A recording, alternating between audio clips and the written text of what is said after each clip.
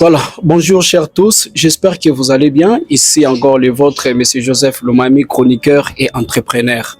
Alors aujourd'hui, nous sommes avec un homme de Dieu, dont nous allons nous entretenir avec lui sur trois points, soit trois étapes. La première étape, nous allons parler sur son parcours en briefing. Et la deuxième étape, nous parlerons sur le déplacement de l'Église vers un autre lieu. Et la troisième étape, nous allons parler de la célébration qui se tiendra d'ici peu le dimanche. Alors, homme de Dieu, bonjour. Bonjour, monsieur. Vous allez bien, papa? Je me porte très bien par la grâce de Dieu. Voilà, papa, est-ce que vous pouvez un peu vous présenter à ceux peut-être qui ne vous connaissent pas? En fait, je me nomme Sefo Chaban Jean-Pierre. Je suis apôtre de la cité évangélique Jésus le Fondement, ici à la commune Kenya. Voilà, très bien. Alors papa, pouvez-vous un peu nous parler brièvement de votre parcours ministériel? C'est une longue histoire, mais sinon, comme tout parcours, exige beaucoup de sacrifices. Et avant tout, c'est l'appel. Et ça fait déjà 15 ans que Dieu m'a recommandé, m'a appelé pour ce ministère. Et ça fait déjà 15 ans, je l'ai dit. Et nous avons commencé timidement, dans un petit couloir, et étape par étape. Et Dieu a commencé à cheminer avec nous, à l'image des enfants d'Israël, qui, durant tout leur parcours, ils allaient de ville en ville, de territoire en territoire. Et voilà, nous sommes toujours en marche avec notre Dieu. Père de combien d'enfants? Bon, j'ai des enfants biologiques et j'ai des enfants spirituels. Bref, je suis un père de beaucoup d'enfants. Mais je suis père de plusieurs enfants qui sont serviteurs aussi, et même des jeunes filles qui sont des servantes. En fait, toute ma famille est formée, vouée à l'œuvre de Dieu. Ils sont au nombre de 8. Voilà, très bien. Alors, dans les jours à venir, nous allons entrer tellement en profondeur, mais pour aujourd'hui, nous voulons nous arrêter par là concernant le parcours. Alors, papa, nous avons une question aussi par rapport au déplacement que vous avez effectué. Il n'y a pas longtemps, vous avez quitté un lieu vers un autre lieu. Alors, nous sommes en train de nous poser des questions. Est-ce que cela est venu de votre propre volonté, soit c'est Dieu lui-même qui vous avait imposé, soit qui vous avez recommandé de changer les lieux, ou soit encore vous avez remarqué que l'endroit que vous étiez en train de prier avant était petit, peut-être le cadre n'était pas peut-être confortable, vous vous êtes dit que non, nous allons changer un peu de lieu pour aller à un autre lieu. Bon, de prime abord, je voudrais vous dire que nous sommes des serviteurs et un serviteur ne peut rien faire sans l'aval de son maître. Et comme nous sommes au service de notre Dieu, lui, il est le maître des temps et des circonstances. Il a maîtrisé les temps et il a maîtrisé aussi les circonstances. Voilà qu'il a sonné afin que nous puissions lever les camps, comme il le faisait avec le peuple d'Israël. Alors, nous avons levé les camps selon son ordre et voilà que nous sommes de l'autre côté. Peut-être je dirais qu'il connaissait déjà que les circonstances ne seraient plus favorables. Voilà qui nous a inspiré et nous a recommandé de pouvoir quitter. Alors, est-ce que vous avez bien convaincu le peuple de Dieu de se déplacer? Parce que je sais bien que lorsque nous nous retrouvons sur un lieu que nous sommes tellement habitués et quitter ce lieu vers un autre lieu, cela n'est pas moindre des choses. Donc, il faut convaincre le collège d'anciens, il faut convaincre peut-être aussi les fils qui sont attachés à vous, à l'occurrence du prophète Onésime que nous connaissons très bien. Alors, il faut convaincre ces peuples de Dieu-là, enfin, qu'ils puissent aussi accepter quand même. Comment vous les avez convaincus? Et ce n'est pas à moi de convaincre. Okay. La Bible dit les brebis entendent et savent la voix de leur maître. Et lorsque le maître parle, les bergers parlent, les enfants sont convaincus et ils savent que notre berger ne nous fait que du bien. À l'image de notre grand berger qui est Jésus-Christ, la Bible dit, même si je traverse la vallée de l'ombre de la mort, je ne crains aucun mal, car je sais que comme il est avec moi, il connaît là où il nous mène, que nous allons aboutir à de bonnes choses. Voilà pourquoi nous sommes derrière la parole de Dieu et nous avons obtempéré tous ensemble avec les serviteurs dont vous parlez, le prophète Onésime, mon enfant que j'aime bien, il fait le de Dieu, il a évolué, vraiment ce sont les fruits de notre ministère. Vraiment je suis content de lui. Et alors, dans notre église, comme le mot l'indique, Jésus le fondement, et nous sommes basés sur la parole, qui est la parole aussi révélée. Et lorsque Dieu révèle quelque chose, on n'a pas à lésiner les moyens, ni encore à résister. Alors, nous devons toujours réagir. Dieu a parlé, alors nous avons levé le camp. Voilà, très bien, papa. Alors, depuis que Dieu a parlé, quel est le vent, soit les impressions des peuples de Dieu en ces moments? Ils sont très contents, soit les autres sont un peu mécontents. Oh. À cette question, j'aimerais peut-être vous inviter, vous. Et je profite à inviter tout le monde pour voir comment est-ce que les enfants de Dieu vont célébrer et manifester leur joie pour cette manifestation que nous allons faire le dimanche. Vraiment, tout le monde est content et c'est un déplacement qui réjouit beaucoup puisque Dieu est au centre de tout.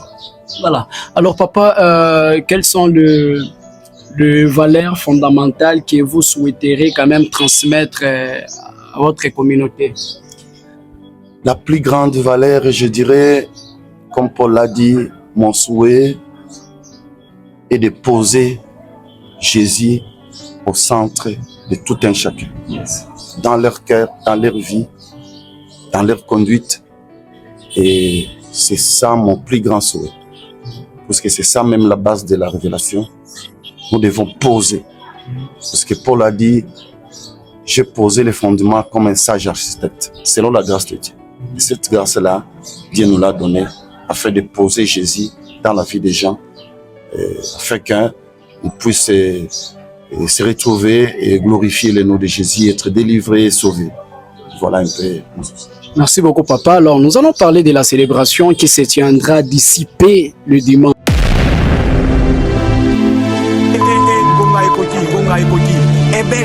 Et paradis dimanche 27 juillet, il est écrit, c'est ici la journée que l'Éternel a faite. Je t'invite de venir ce dimanche. Nous allons célébrer. Il y aura des adorateurs, il y aura des prédicateurs, des hommes de Dieu. Et toi, je t'invite. Allez, Maasai Taïcha, dans ma place Taïcha. Je t'invite, venez. Le dimanche. Alors, nous autres ici, peut-être on n'a pas vu des affiches, on n'a pas vu comment est-ce que les choses étaient en train de se former, mais nous avons appris. Parce qu'aujourd'hui déjà c'est le jeudi, il nous reste quelques peu de jours, mais là on parle déjà de la célébration qui se tiendra le dimanche. Est-ce que papa, selon l'orientation divine, selon ce que Dieu vous a dit par rapport à la célébration qui va se passer le dimanche pour inaugurer la place que vous avez occupée maintenant même là, est-ce que le peuple de Dieu peut au moins s'attendre à quelque chose de bon? Vraiment, je n'aurais pas à beaucoup parler, mais comme la Bible dit, venez et voir. Tout ce que je sais, là où Dieu invite son peuple, il y a des choses qui se passent. Il est au centre, il contrôle toutes choses. Il y aura le salut, il y aura la délivrance, il y aura des guérisons. Parce que nous allons poser la pierre, parce que la dénomination, le thème même de la célébration, c'est Ebenezer. Parce que Ebenezer, c'est une combinaison des noms. Eben qui veut dire pierre, et Ezer, le secours.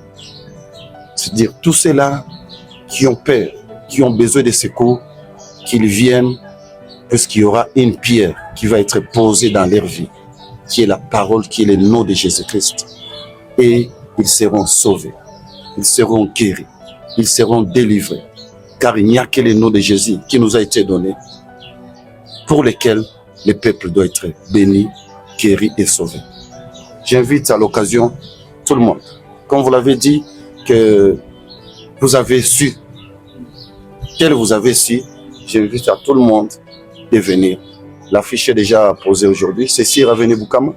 numéro 40, entre Mitouaba et Manono. Vraiment, l'invitation est donnée à tout le monde, parce que Jésus vous aime. Voilà, Jésus nous aime, merci, Jésus m'aime. Alors, nous vous invitons tous et toute mon équipe. Dan, il faut être là. Black, nous devons être là les dimanches. Alors, chers révérends, nous vous remercions de votre temps que vous nous avez accordé et aussi l'attention que vous avez mise à notre faveur. Moi, je ne suis qu'un embryon qui n'avait même pas de forme, mais j'ai quand même l'opportunité de vous interviewer, de partager ensemble avec vous. Alors, papa, ce que je vais vous demander pendant ce moment, c'est que, est-ce qu'avez-vous un message, soit un dernier mot que vous pouvez quand même placer au peuple de Dieu qui vous regarde, ou soit ceux qui vont vous regarder même à la rediffusion en ce net moment? Ok, je bénis d'abord Dieu, puisque au travers de vous, vous êtes aussi serviteur de Dieu, parce que par vous, le message passe, l'information passe et la parole passe. À cette occasion, j'invite tout le monde, comme à l'image du peuple d'Israël qui était désorienté, désespéré, puisqu'ils avaient perdu l'arche, que tout le monde revienne, puisqu'il y a quelqu'un, à l'image de Samuel, qui a la révélation de poser la pierre qu'il a nommée Ebenezer. Et cette pierre a pu faire reconquérir les territoires qui étaient perdus. Cette pierre a pu faire humilier les ennemis. C'est pourquoi je vous invite, peuple de Dieu, venez. Venez le dimanche 27 de ce mois sur l'avenue Boukama numéro 40. Là, il y aura la célébration de Ebenezer. Puisque Ebenezer, c'est la pierre qui est Jésus-Christ. Il est là pour le salut des âmes. Il est là pour humilier tes ennemis. Il est là pour te donner la chance de récupérer ce que tu as perdu. En fait, c'est un peu ça le message. Que tout le monde soit au rendez-vous. Merci beaucoup. Et lorsqu'un père parle, on n'ajoute rien. Alors, tout ce que nous vous demandons, chers abonnés, mes fanatiques, soyons là le dimanche. Surtout, vous devrez retenir que l'invité invite aussi. Ne venez pas seul, invitez aussi les autres. Nous voulons être très nombreux là-bas dans le nouveau cadre.